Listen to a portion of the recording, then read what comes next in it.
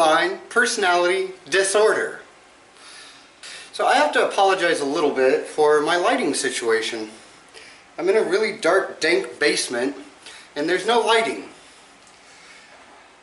And the lighting I do have, there's no light fixture, so it's really bright. So I had to try to find the best place to film. Hopefully you can see me.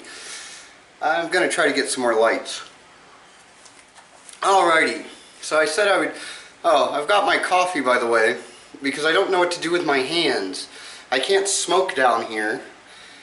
And so I was watching my videos and my hands are just going nuts, so I figured I'll drink some coffee. Good. Alrighty, so I said that I would show you guys my coin. This is the coin I got at my graduation from Best Care. The lights are playing hell. See? That's my coin. If you can't read it, it says the healing spirit of recovery. Now, the back side of the coin, which has lots of writing. See it? Can you read it? Well, in case you couldn't read it, I'll read it for you.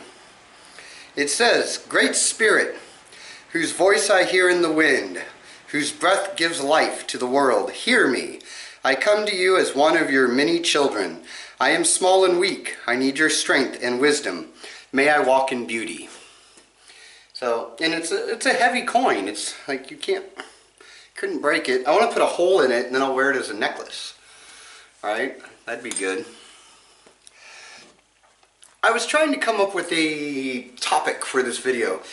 I did not make a video yesterday because I couldn't think of a topic. That's kind of a lie. I had thought of a topic. I just thought it was not a very good topic. Today, it's still in my brain. I'm under the belief if I don't do this video, this thought will keep rattling around up here and I'll never be able to make another good video. So, hope you enjoy it. I don't know if you will, but we're going to talk about the A's today. By the A's, I mean AA, NA, and DDA. Most of you have probably heard of the first two, but very few have heard of DDA. It's kind of new. At least I believe it's kind of new. In case you don't know, AA is the one that started them all. It was created by a drunk and another drunk who happened to be a doctor. And Bill W. Now, if you go to an AA meeting, they like worship these guys. Like, oh, all hail Bill. But there's something stupid, okay? Because they all worship Bill W., right? But he's not the one that, I mean, he might have written the book. But AA was around before Bill W. It had already cured like 100 people. Bill W. just wrote the book. I don't even think he wrote the book. I think he had someone help him write. The doctor and him wrote the book. Oh, look at you. It is me. You gonna make a meeting? Yeah. How? I'm gonna drive Rob's car. It's not here, is it? Yeah. Where? It's outside behind the RV. I am blind as shit. You are. Okay, I'm gonna hop in the shower. What time are you leaving? Well, I have a job interview at like 10 or 10:30. I just rescheduled. Okay, I'm gonna run back out and reschedule for 11. All right. Hey, Jeremy's here. I lost where I was. So Bill W., I don't worship him. AA did start the whole thing, and then came along NA, and now we have DDA. Basically what these are they're groups. They're like a club. And you go and you meet up, and for an hour you get to talk about your problems and how you're recovering. So we're going to cover these backwards, ending with the one that started them all. We're starting with DDA. What does that stand for? What does that stand for? Dual Diagnosis Disorder. Alright. Oh, fuck. I can't think. What does DDA stand for? Dual Diagnosis Anonymous. It has the 12 steps, just like AA does. Then they added 5 more steps for the dual diagnosis part. Their premise is, if you were a drug addict, alcoholic, and drug addict and alcoholic are the same thing, a drug's a drug is what they say. All of these clubs believe that. With that being said, if you are mentally ill, you have borderline schizophrenia, antisocial personality, you're a psychopath, you're a sociopath, you're bipolar, any of that kind of stuff, plus you drink or use drugs, then you can become a member of DDA. Just like Alcoholics Anonymous, just like NA, but with 5 extra steps for people with mental issues. Here are the upsides. Actually, let's do the bad stuff first. We'll get the bad out of the way, then we'll talk about the good. The bad stuff of DDA is you gotta be in a room for an hour with fucking crazy people. I mean, crazy, like way crazier than we are. I mean, we have borderline. We're not that crazy, but you gotta be with like the face lickers and stuff. The good side of it, people with a mental illness seem to be more caring. I've gone to AA, NA, and DDA. In the DDA meetings, I feel like they actually care. I can open up more. I can talk about the feelings of rejection and abandonment. Then the next minute I love the person. They understand. A lot of them have borderline as well. I was going to this DDA group in Klamath Falls. Now I live in Cloverdale. When I moved, they all got sad. They gave me hugs and they all wanted me to make sure that I kept in contact with them. They were really caring. I'm going to have to actually do that. They even told me that I could attend a meeting over the phone. That they'd put me on speakerphone and I could attend the meeting that way. That's impressive. Would I recommend going to DDA? If you have a substance abuse problem with a mental illness, yes, I would. I guess I should have mentioned in the bads, they're hard to find. They're incredibly hard to find. AA, NA on the other hand, usually you can find a meeting.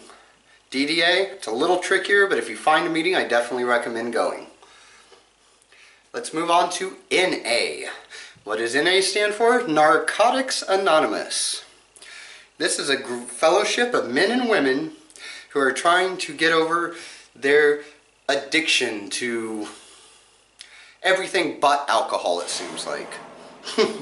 Coke, meth, acid. You don't really get many acid people, but some people talk about it. What's the bad of Narcotics Anonymous? The reading. Jesus Christ. In all these meetings, they do have readings at the beginning. In DDA, they have 5, I think.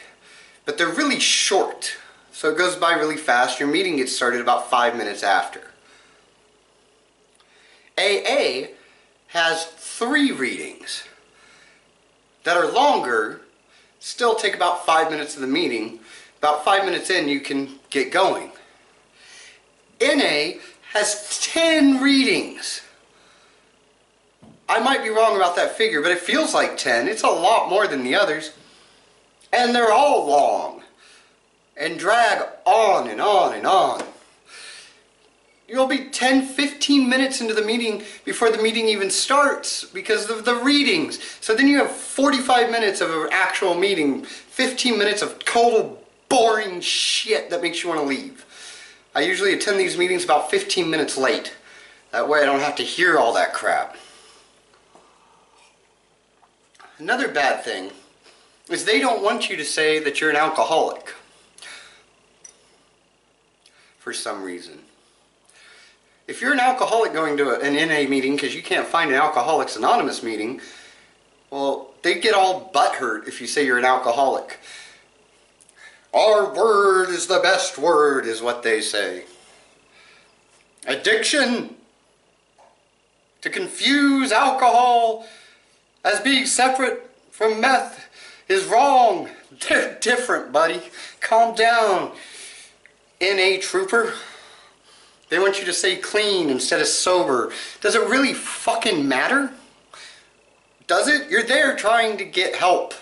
I don't care if you call it pink balloon elephants coming out your ass. It's whatever you want to call it.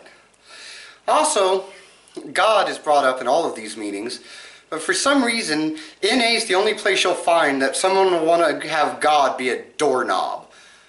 Because you can have God be whatever, right? It's a God of your own creation. As long as you believe in something higher than you, a higher power of some sort. But that higher power can be anything you want. It's just easy to call it God because everybody knows what God is. But you'll get these smartasses in NA that are all, I don't believe in God, I don't like God, a doorknob's my higher power. Alright, you can have a doorknob be your higher power, but remember this, a doorknob will always turn on you. Yeah, score one for Mr. BPD. What is the good things about the meetings? They talk about addiction. Bad thing is, they talk about addiction, but it's more like war storying. Oh, I could do so much meth. I did all the meth in the world. And when I was doing meth, I was stealing cars, and I was doing this, and I was doing that. I don't need to know that, because when I was doing meth, I was stealing cars, I was doing all the meth. I mean, we know how to use drugs, and we know what drugs do. Talk about your experience, strength, and hope. How the meeting is, how going to these meetings has changed you. Don't just war story, like romanticizing the drug, you nimbussels. Moving on to AA, Alcoholics Anonymous, the one that started it all. They've got the 12 steps, the higher power, and people don't think of their higher power as being a frickin' doorknob.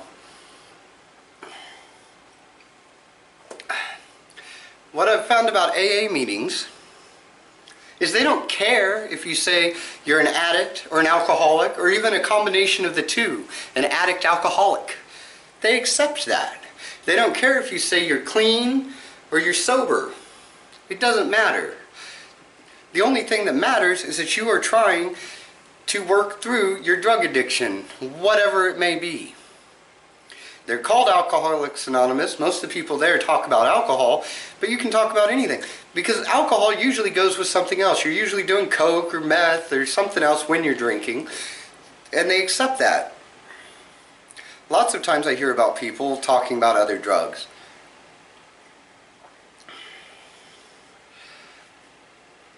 They give you coins instead of keychains. NA gives you keychains, and then they get lazy after 3 years, okay? After a year, you get one keychain. It's just black, and it just says, been clean for multiple years or whatever, at 2 years, I think. AA will give you a coin for 30 days, 60 days, 90 days, 6 months, a year, and then 2 years, 3 years, and the coins get better the longer you've been in there. You get a 5-year coin, it's like all blinged the hell out and like solid gold. So it gives you something to work for. After 5 years, you could sell that coin and probably get some drugs.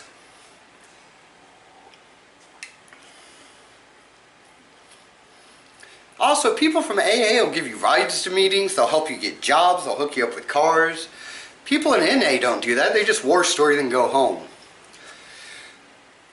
So out of all of these, I would have to pick AA as the meetings to go to, if you can't find a DDA meeting. Now why am I talking about meetings when we have borderline personality disorder? Well, if you want to feel welcome and loved, go to a freaking meeting. You walk into a meeting, even NA is kind of good about this, not as good as the others, but You walk into a meeting and they're all, welcome, what's your name, how you doing? They give you hugs. I get so many hugs now, and it's because I go to meetings and hugs feel good. They might be weird at first, but you get used to it and you kind of like a hug. They're very welcoming. And the newcomer's the most important person. So you can be like the star, you can get all the attention. I don't know about you, but I like attention. Some days I don't though. And if you don't want attention, you can just say, I'm listening today, I don't want attention. And they'll respect that. I would suggest going to meetings even if you don't have a substance abuse problem, just for all the love in the rooms. And they really do want to help. Just say you're struggling with a mental issue because the steps will help you with your borderline. DBT treatment, dialectical behavioral treatment, is the recommended cure for us. The 12 steps are just like that. They make you do a self-inventory, look at yourself, analyze yourself. I guess I've rambled about meetings long enough. So remember, you're not alone. None of you are alone. So just remember that. Until next time, peace out, whatever.